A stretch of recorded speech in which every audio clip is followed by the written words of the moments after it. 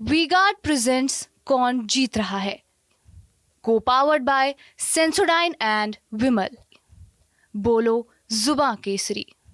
करके आया हूं।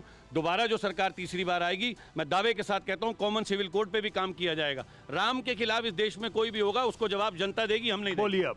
ये चाहते हैं कि वो तो उनके घोषणा पत्र में आज से नहीं कब से था, उसको पूरा किया। देखिए यही तो हम बता रहे हैं कि इनका काम क्या, राम का नाम ले लेके पूरे प्रदेश को देश को लूट दो, वो तो ठीक है। अंबानी अडानी को सारा कुछ दे दो और राम का नाम ले लो। आज सारे के सारे किसान दुखी हैं, महिलाएं पहलवानों को क्या किया, मणिपुर में क्या हो रहा है, क्यों नहीं प्रधानमंत्री जी गए।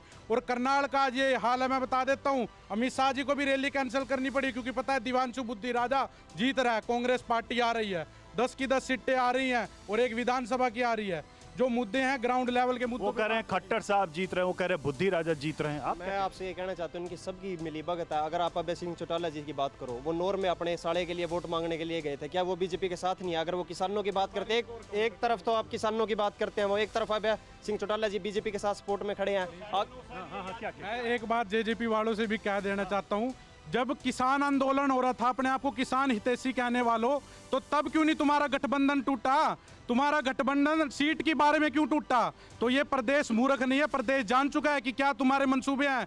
अब अगर सरकार आती है फिर से उनके साथ लड़ देंगे, ये समझौते के तहत इनका गठबंधन टूटा। ऐसा क्यों लग रहा है? सबकी सेटिंग है और आप लोग की भी हो गई एनसीपी। मेरे साथ में जेजेपी वाले खड़े हैं। इन्होंने एक बात कही, अभय सिंह चौटाला जी अपने साले के पास गए, क्या रिश्तेदार का कि जा कर के उसकी सपोर्ट करना गलत है। दूसरी बात, जेजेपी वाले जवाब दे, 4.5 साल मलाई खा के सत्ता के में रह के जो जमुना पार भेजने का नारा था वो कहाँ गया इनका? जो 7500 रुपये पेंशन देने की बात थी वो कहाँ गई इनकी? ये झूठ बोल कर लोगों से वोट लेकर के चले गए और 4.5 साल मलाई खा के आप फिर दोबारा से बाहर चले गए, क्यों? और खट्टर जी जो बीजेपी वाले खड़े हैं, इनसे पूछना चाहता हूँ कि 4 करोड़ किसकी सरकार में पकड़े गए? अगर बेरोजगारी की बात है, अगर ये रोजगार दिया तो 4 करोड़ किसकी सरकार में पकड़े? जवाब दे। ठीक है, ठीक है। तो आपको क्या लगता है इस लोकसभा चुनाव के बाद प्रधानमंत्री कौन बनने वाला है? क्योंकि ये सवाल तो हर आदमी पूछ रहा है, मुझसे भी पूछ रहा है, आपसे भी पूछेंगे। माननीय शरद पवार जी।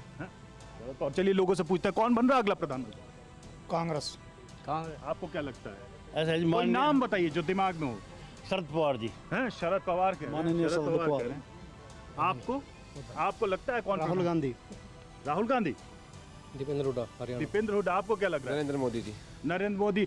एक चीज बताइए, हरियाणा में जल्दी से, मेरे पास समय खत्म, 10 में से कितने? हरियाणा 10 में से 10। बीजेपी को? बिल्कुल। सर कांग्रेस का क्या है? 10 में से 10।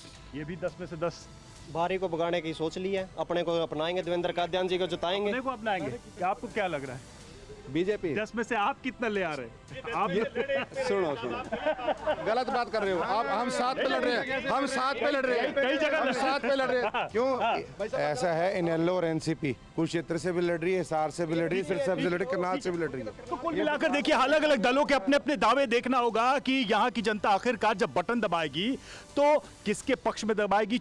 वी-गार्ड प्रेजेंट्स कौन जीत रहा है, को पावर्ड बाय सेंसोडाइन एंड विमल। बोलो जुबां केसरी।